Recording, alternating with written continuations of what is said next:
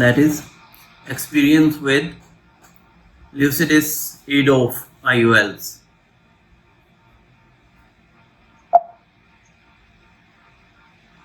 So the agenda of this discussion is, first I will be explaining what makes Lucidis a great lens, as we discussed in the end of the previous discussion as well. Then there will be Lucidus IOL implantation videos, one with Rayner disposable injector and one with Quantamac in disposable injector. And then I will be sharing the highlights of the Lucidus IOL study, and in the end I will be summarizing the webinar. And again, how do you love? This is how one loves, like a flower in a vale, among the dancing blooms, a beetle bombinates. Like in a flower vale, among the dancing blooms, a beetle bombinates. That's how it goes. That's how one loves. That is mysteries of love. What makes Lucidis a great lens in our practice? These are the common characteristics to all the SAV IOLs, that they are hydrophilic lenses with 6 mm overall diameter, and this is a +5 to +30 range.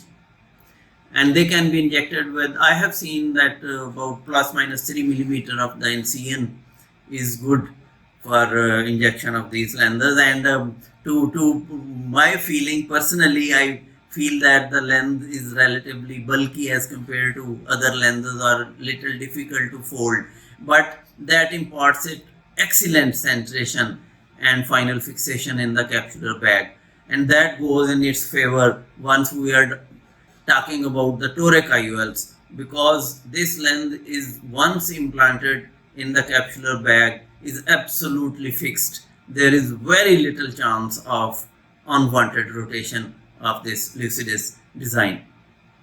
And what makes Lucidis a great lens? Because it is affordable monofocal lens with EDOF technology and with that PNDB and instant focus, which confers it some intermediate and near vision, and it makes the patient less dependent on glasses. And because of its beauty of combining economy with quality, we can offer to greater range of patients, and especially in developing world like ours, I think it's all over the world. Economy really matters these days.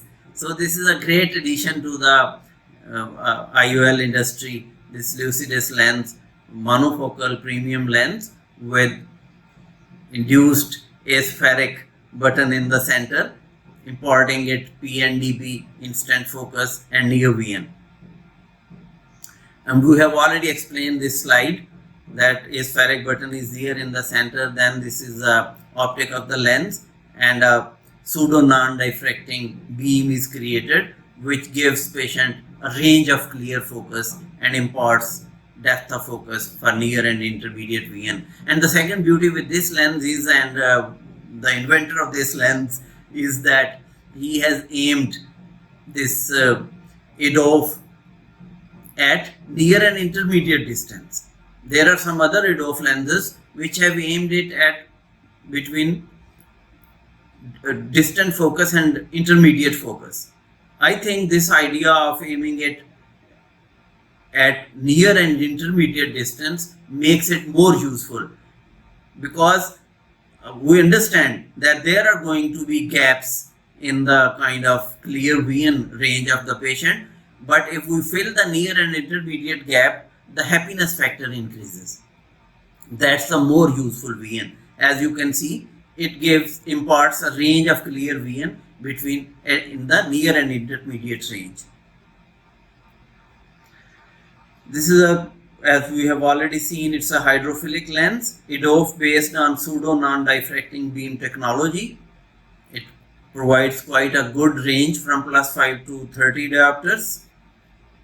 Here is the aspheric button in the center, and then there are the refractive surface for far vision. And this introduction of asphericity in the center makes it a little pupil dependent. So the patient with micro pupils or very small pupils may not benefit from this technology. So with this, we end the first section what makes the Lucidus a great lens in our practice. So this is how one loves, like the fragrance of life, secretly and slowly spreads into the air. That's how it goes. This is how one loves. And with this, we move to section 2, that is the Lucidus IOL implantation videos. In the first video, we are going to use Rayner disposable injector.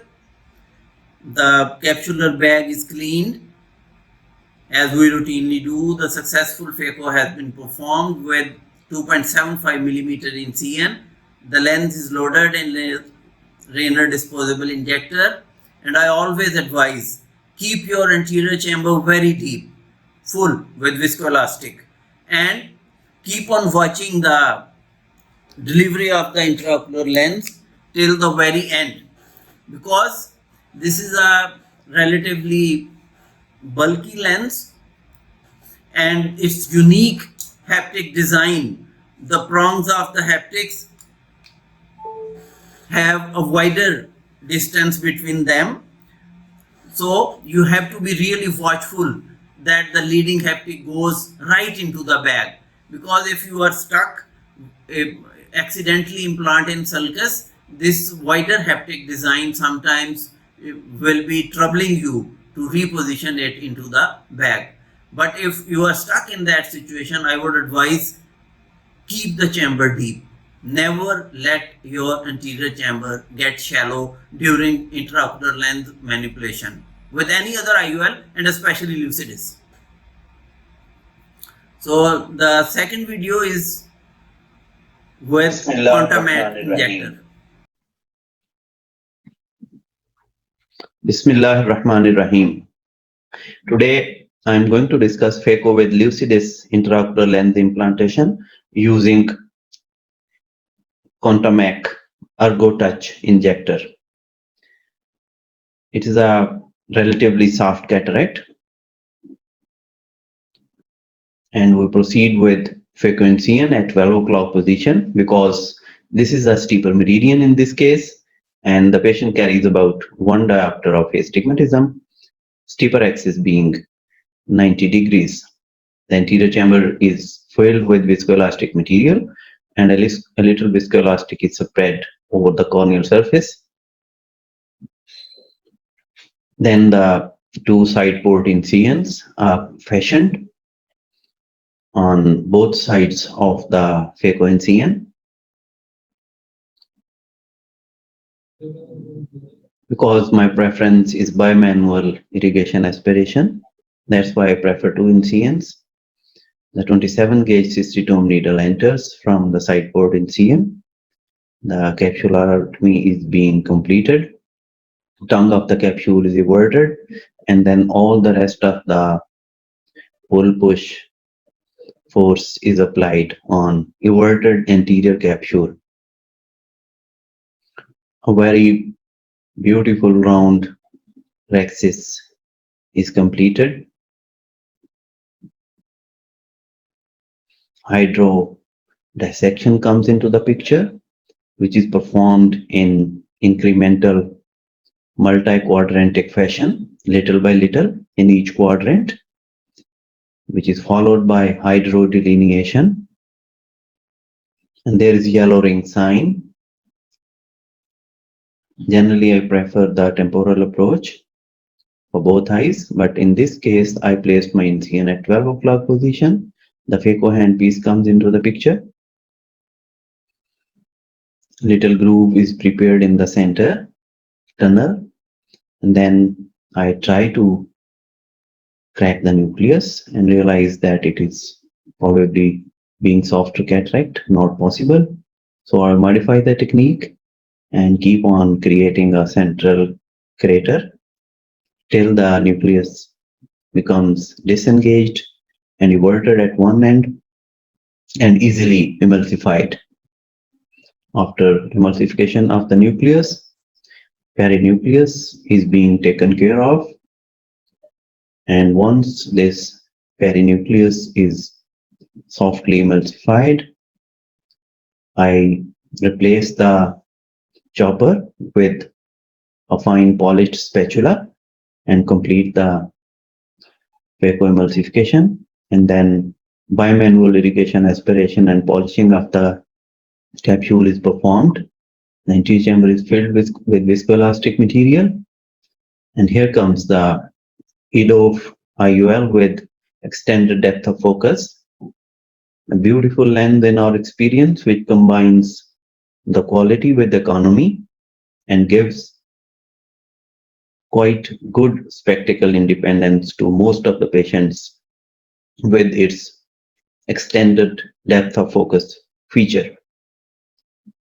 The lens is supplied in blister pack recently, along with Contamac Ergo Touch injector. Presently, being an era of preloaded IOLs, this appears to be a little cumbersome to me.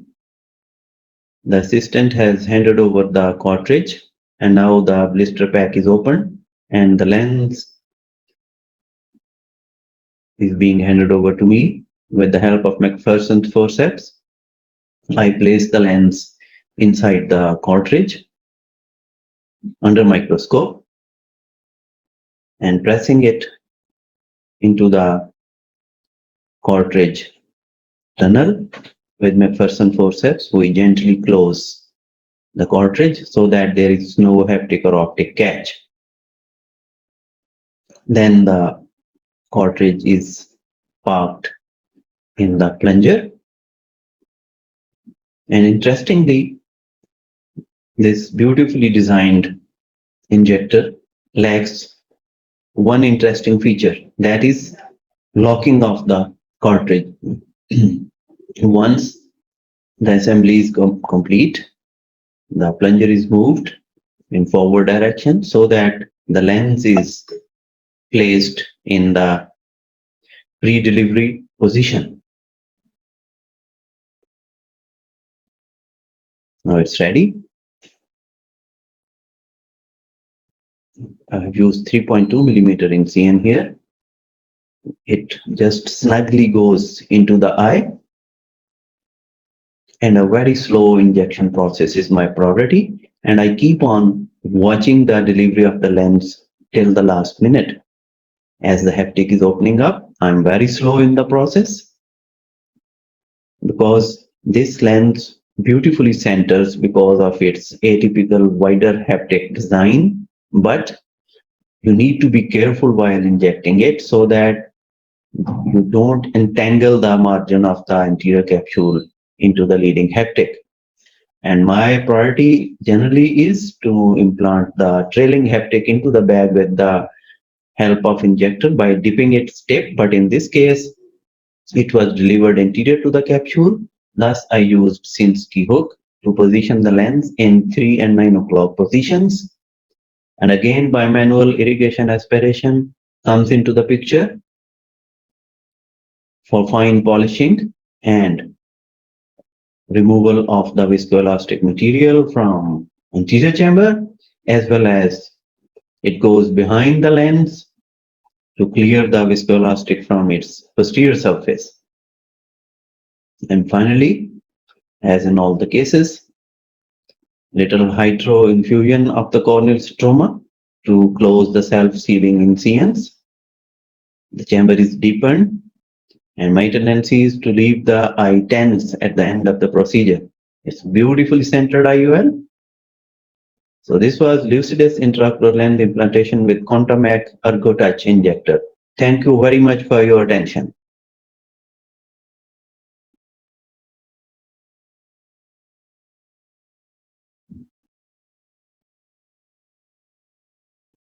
So this was section 2. We come to section 3, that is the study highlights now.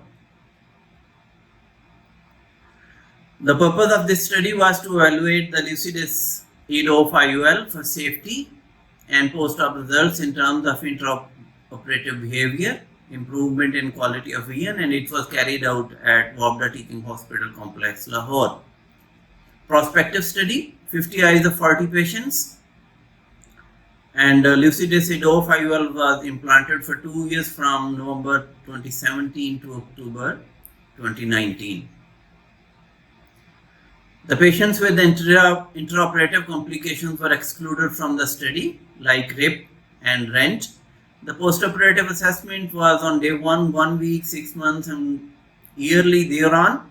Quality of life was assessed by interviewing the patient at least 3 months postoperatively. Minimum follow-up was 6 months and ranged from 6 to 24 months. All 50 eyes had smooth phaco and smooth injection of IOL except one patient, which the IOL got stuck into the cartridge and that was excluded from the study. Only 15 patients had bilateral implantation. That's what the mixing and matching I was mentioning. Only 15 patients in our study had bilateral implantation. Rest were mix and match. 20 patients had uniocular lucidus and one patient had refractive renal bifocal in the other eye. 4 patients had monofocal IOL in other eye, and the 20 patients with uniocular lucidus were phakic in other eye, and due to some reason they were not ready for the other cataract operation very soon. One patient was there with the only eye and the other were phakic. None of the patients complained of nighttime dysphotopsia and glare. That's a very important finding, that none of the patients complained of nighttime photopsia and glare. One IOL haptic got stuck, and as I already mentioned, that was excluded from the study, and unluckily that patient also got the PC rent. So conclusion, the Lucidis EDOF technology IOL appears safe and economical and effective option for phaco-IOL surgery for the patients wanting less spectacle dependence after phaco-cataract surgery. However, studies with bigger sample size and longer follow-up are needed to establish this fact. Interestingly, EDOF technology appears to minimize the risk of nighttime photopsia and glare. The compatibility of preloaded IOL injection system is the need of the hour for safe intraoperative manipulation and implantation of the IOL.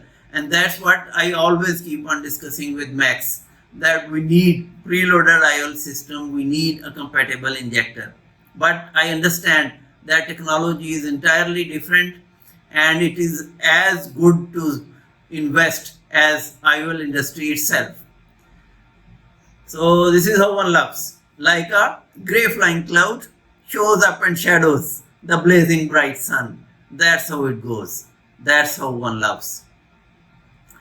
So webinar summary.